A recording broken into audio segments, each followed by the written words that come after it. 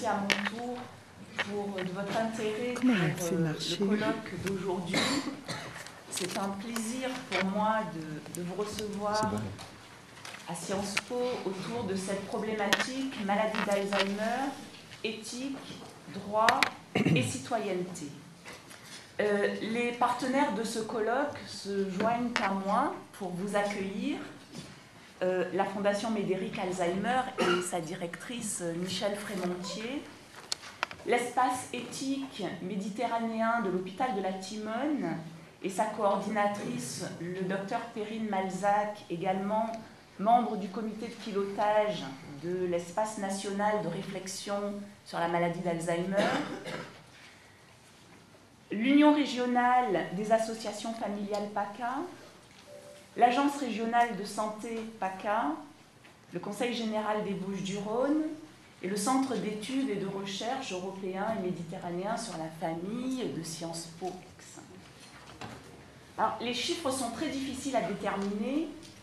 La maladie d'Alzheimer toucherait en France environ 850 000 personnes et à partir de 80 ans, une femme sur 6 et un homme sur 10.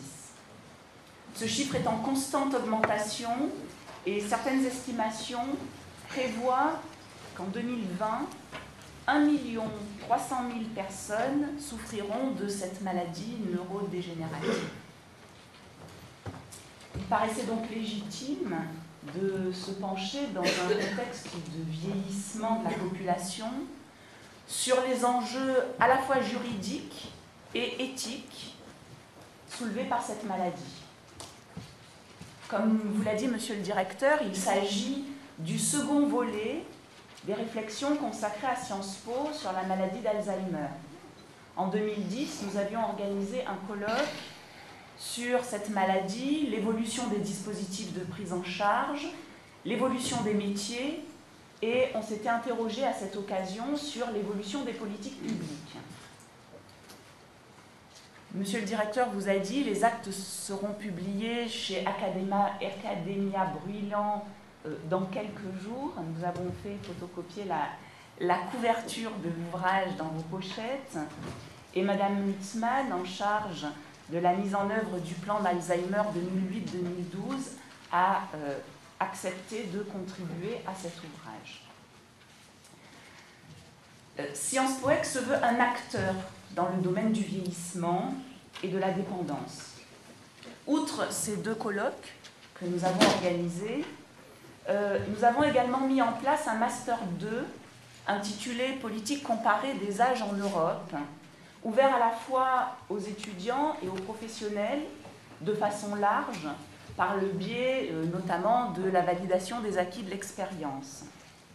Les cours portent notamment sur les questions éthiques et juridiques relatives aux personnes fragiles en France et en Europe. Par ailleurs, des certificats ont été créés dans cet établissement dans le cadre de la formation continue, relatifs par exemple à l'optimisation des conduites managériales dans le domaine des services à la personne et des établissements médico-sociaux.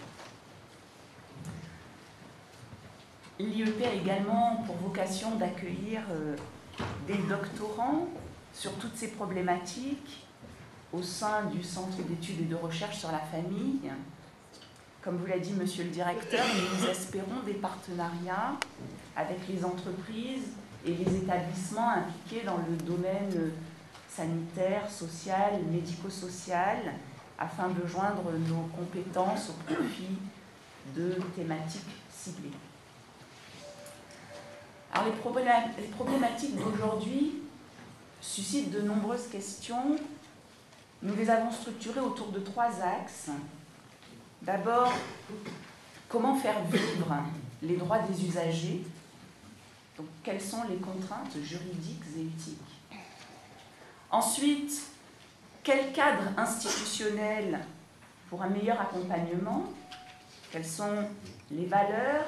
Quels sont les principes qui devraient guider l'action des professionnels? On doit aussi se demander comment intégrer les personnes malades et leurs proches dans la cité afin de protéger leur dignité.